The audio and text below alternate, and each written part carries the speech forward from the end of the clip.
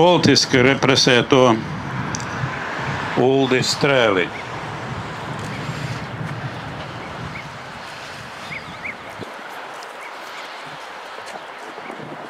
Godātie politrepresētie, mana skarbā likteņa brāļi un māsas, un godātie visi klātesošie.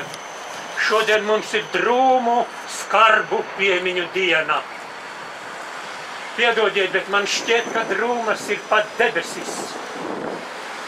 Jo arī mani toreiz tikko 11 gadus vecu puišalīti Alsunas vidusskolas 5. klasē Čenkis apcietināja kopā ar maniem brālēniem konvojēju lopu vagonā, izvešana uz Sibiri uz mūžīgiem laikiem bez tiesībām atgriezties verdzībā un iznīcībā.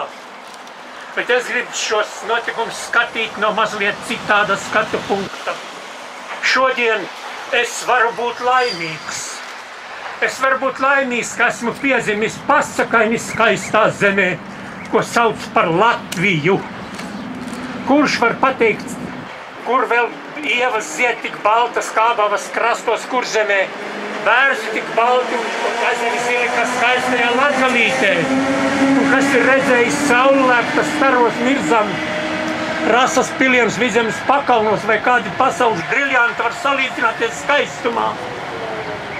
Par skaisto Latviju es sapņoju Sibirijā, gan naktīs ar aizvērtām acīm, gan dienā ar vaļējām acīm, un tas man palīdzēja pārciest salu, badu, drausmīgus dzīves apstākļus un pazemojumus, jo tie, kuri nepārdzīvoja, tos apbedīja Purmalā pie baltās bērzu birstalas.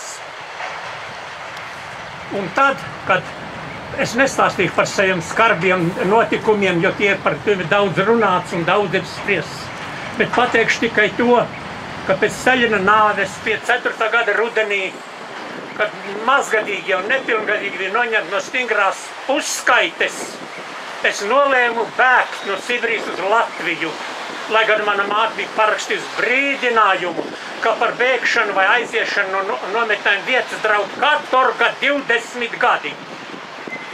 Un būdams neprātīgs pusaudzis, bez pieredzes un bez dokumentiem, es bēgu no Sibirijas, un laimīgā kārtā tas man arī izdevās.